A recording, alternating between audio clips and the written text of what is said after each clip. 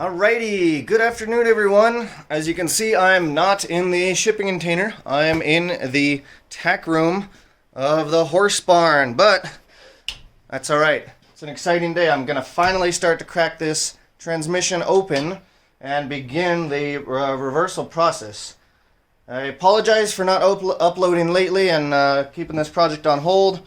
I was on vacation for a while, got sick, went on travel for work, and I was busy, so I'm finally just now having some free time, so we're going to get back into this thing.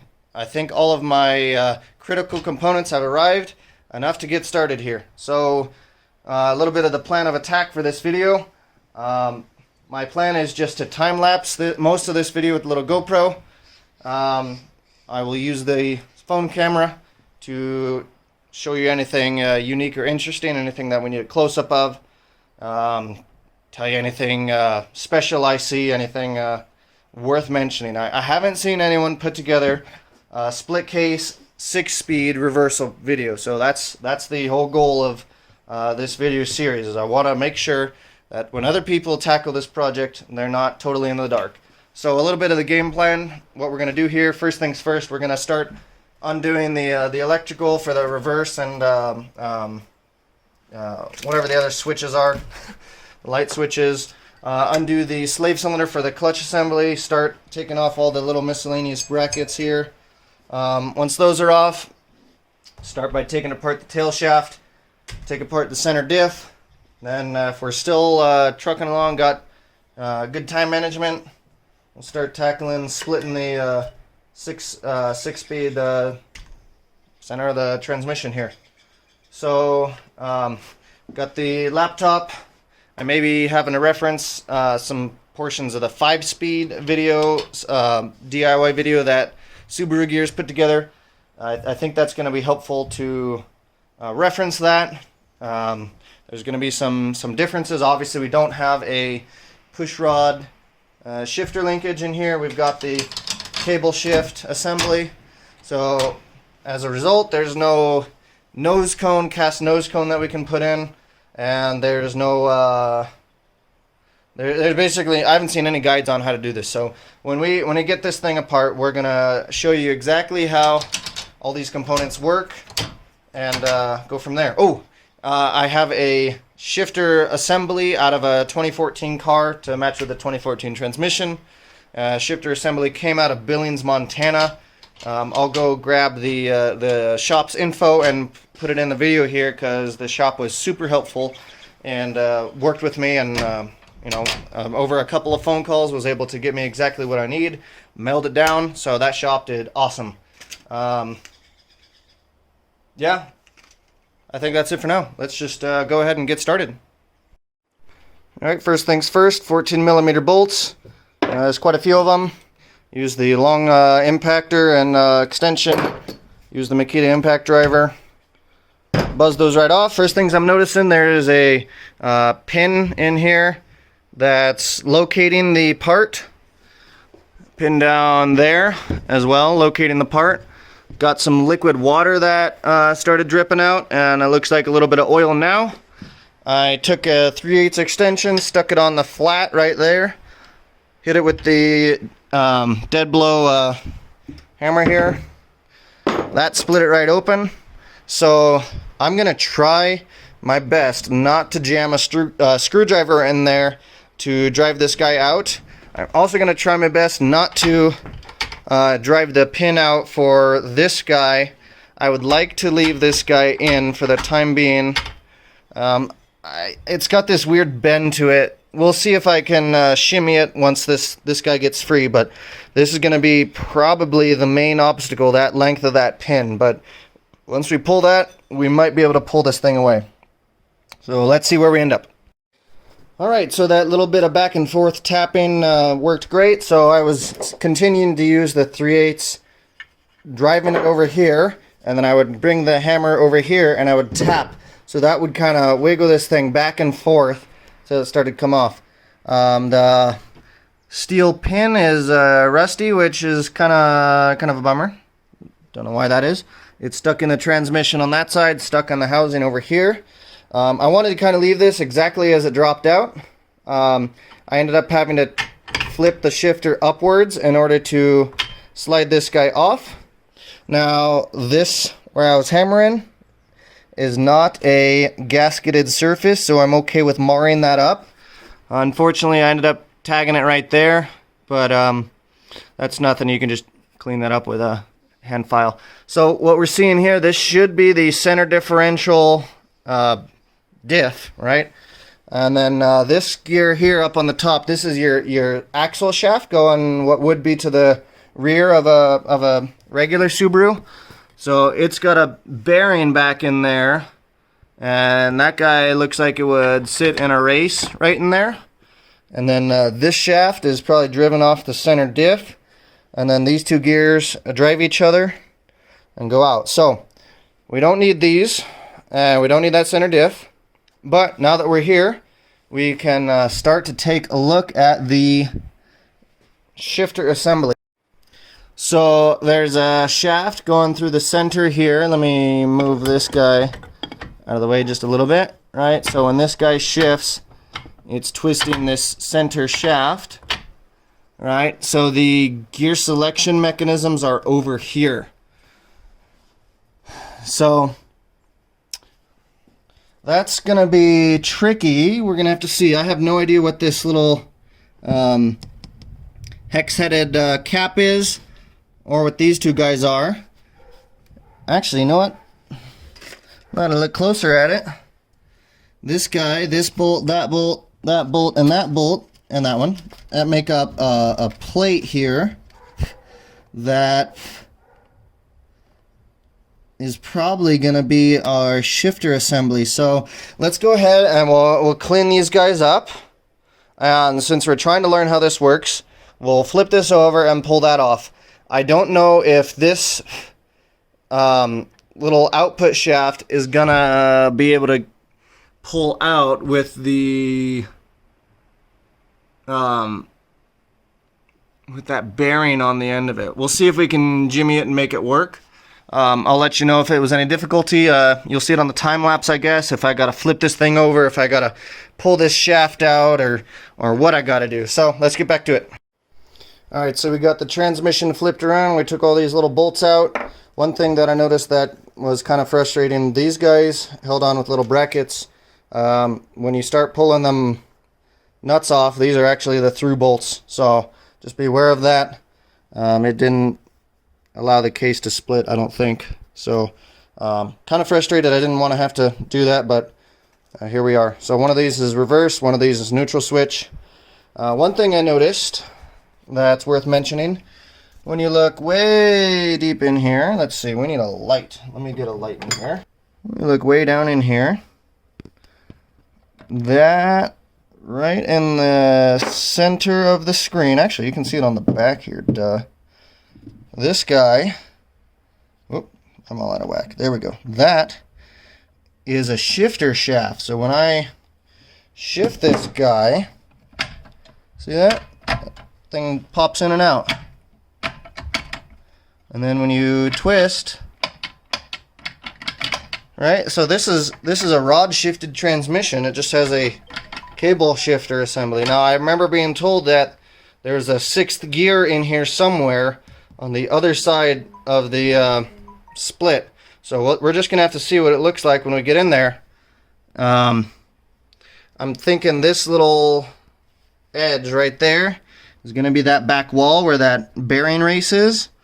So we'll see if there's a gear hiding behind there. But interesting to see that this is actually just a rod shifted transmission, just like the 5-speed. Kind of makes me wonder if it'd be possible. It probably would be a heck of a lot of work, but I wonder if it's possible to shift this thing with a rod like the 5-speed. Now, something else worth mentioning, this guy has these little ears on the edge of this shifter mechanism. So at first I used this guy and shoved it in there, so it's not pushing on the mating surface of either of them, so it's not marring it up. There's another little ear, so for that one I just used I broke it free over there, used the flathead in there, peeled it. So this guy's just about to pull, so I'm going to pop this off camera and then resume the video. Alright, this thing is off. So right as soon as I paused the video, I remembered something I failed to mention. That little hex-headed plug has a spring-loaded mechanism. Right, springs held in like that. And it's pushing on a little retainer ball thingy here. That retainer ball is pushing on this guy, which is the other side of the lever for the gear selector mechanism. So holy Toledo, this thing's crazy inside. Good grief. What a cool thing, huh? Okay, so this is your left, right. Come on. Interesting, that thing wants to go over there. See that? That's wild, huh?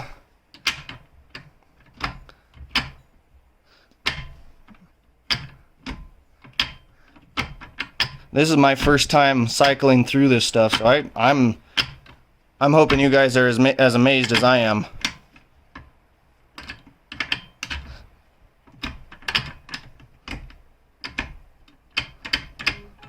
This will be reverse right here. See, it's only got the one direction it can go. And if I back off a little bit, that should be 5, 6. Let it go back to there. 3, 4. Over to here. That should be 1, 2. Okay, so this thing is super cool. So what does the spring-loaded ball do? That's gonna hop up and down. See how there's 2 ramps? So that's basically a retainer. So it makes it want to sit and chill in this right at the 3/4 shift, if that makes sense. So good grief, this thing's crazy, man. This thing is going to be a challenge to fit in the Karmann Ghia, right? Because normally you end up cutting that thing right around there on a 5-speed, or use the cast part, which is a much smarter idea. Okay, so in terms of where we go from here,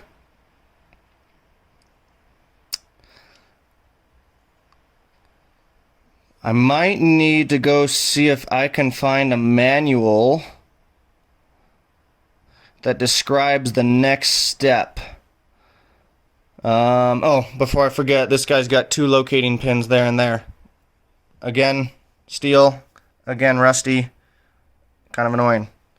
Let's see. Looking at this guy, this is your neutral switch. It's got to be, right? Because it's got a little... I could test it with a multimeter. I'm not sure where it is offhand.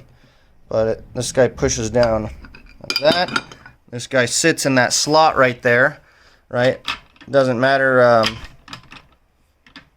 if you move your selector right or left. It'll engage or disengage that switch whenever it moves the shaft forward and backwards. So that's pretty cool. Know how that works. As far as reverse, we'll just have to get in there and see what reverse does, how that one functions. So my hope is that the entire shifter assembly stays as a unit and this shaft slides out. Now, when you watch the 5-speed install videos, that's the way it functions. Oh, that's cool. Check it out. I just saw something. Here, bring the light over. Can you see in there? That's the that should be gear number 6. Right? And then this is a little oil channel here, right through there. That's cool. So that should be where the oil goes into the 6-speed center diff area. So I haven't tried yet, but I don't know if this center diff just slides out or not. I'll probably try that next. So let's keep going. We're learning as we go. Okay, before I pull this guy all the way out, I want to show what I did. So the center diff has these holes.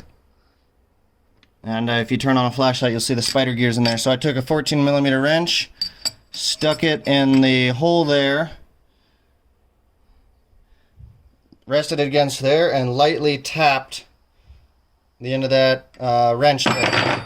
Now, I had to spin this guy 180 degrees to get to the other side, right? Because it kind of loads it up to one side if you do that too much. So there's a center diff. Neat. So here's the end of the I guess you'd call it the output shaft. Yeah.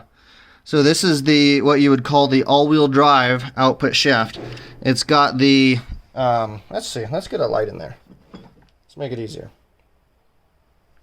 Okay. So it's got that crush washer nut thing.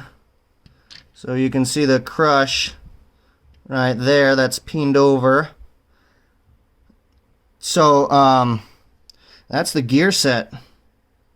So that closest pair of gears there.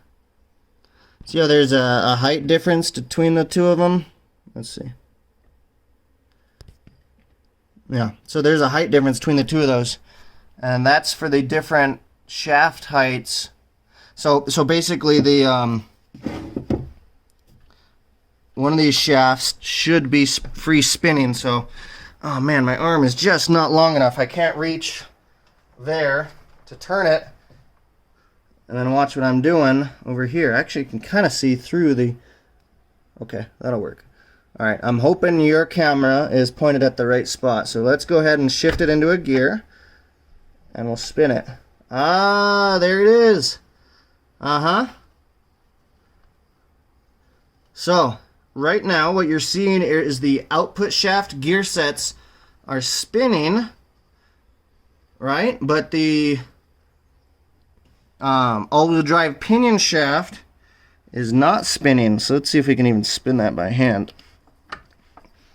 Yeah, you can a little bit. Not that easy to spin, and it's covered in grease. So what's going on here is the center diff is going to take the input on one set of gears here, and it's going to spin the whole thing. And then that thing internally, it's going to work its magic to decide when to spin the shaft that would normally spin the front tires. Does that make sense? So if I go get the all-wheel drive lockout, which let's go do that real quick. Okay, so this is what makes the magic work. This is the 6-speed lockout nut. So this guy, we're not going to be able to get it on because of the big lock nut in the way. This guy locks the two shafts together. So if I spin that input shaft, it spins the output gear set. And so normally the center diff would decide when to spin the front, the pinion to spin the ring gears to spin the front tires. We don't want that. We want that thing to spin all the time. So this guy's got a stepped spline shaft to it to slide over that guy and lock the two shafts together so that they spin all the time, right? Because we don't have a center diff. We're not doing all-wheel drive. Wish we were. Don't have that capability right now, right? So that's how that works. Then this guy, this is the 6-speed version of the Subaru plug, I think they call it, right?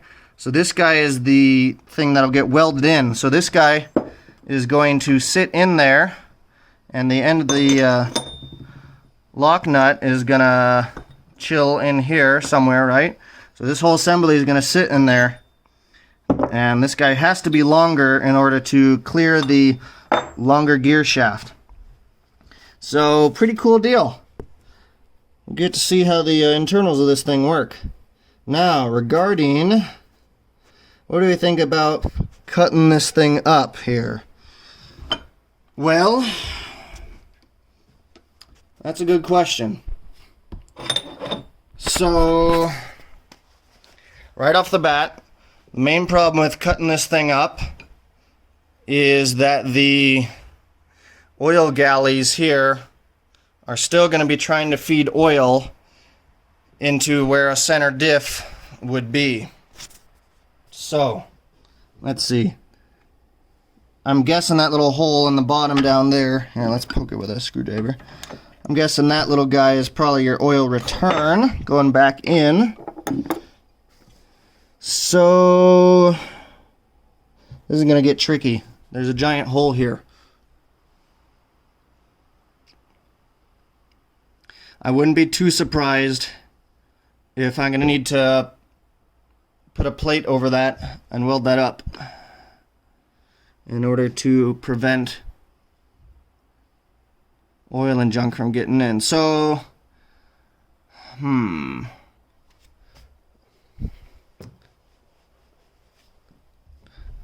I guess part of our decision-making process is going to be influenced by how long the pinion shaft sticks out. This guy should be the furthest sticking object. So let's see if, yeah, well, we can't even, right, well, I can't get that in there.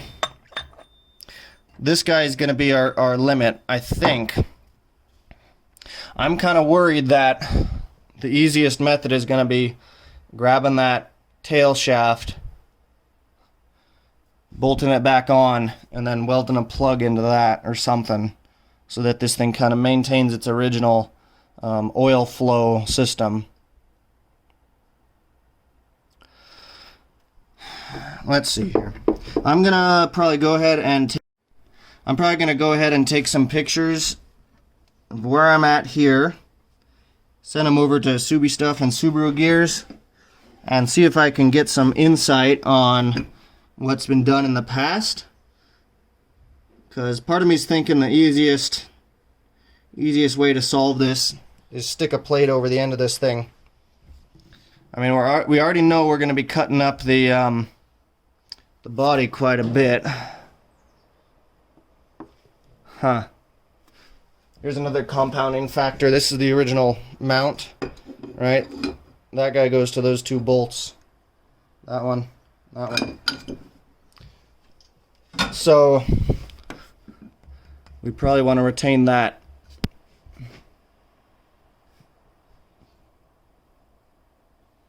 Yeah, this is why most people don't do the 6-speed. It's going to be tricky. I think it's still possible to handle that.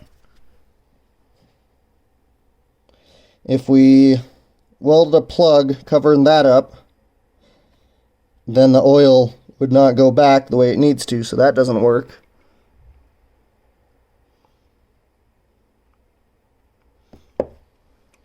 And this guy's a big structural member here, right? So we can't lose too much of that. So it's not like we can just hack around this stuff.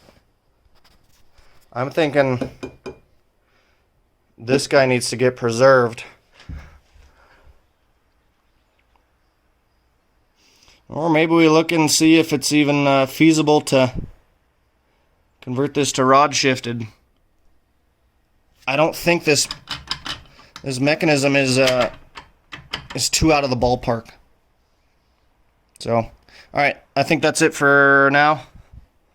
We got some research to do. I think we've got a better understanding of what's going on, but we got some unanswered questions that I think we need to solve before we go any further. All right, that's going to be it for this one. Part 1, splitting this thing up.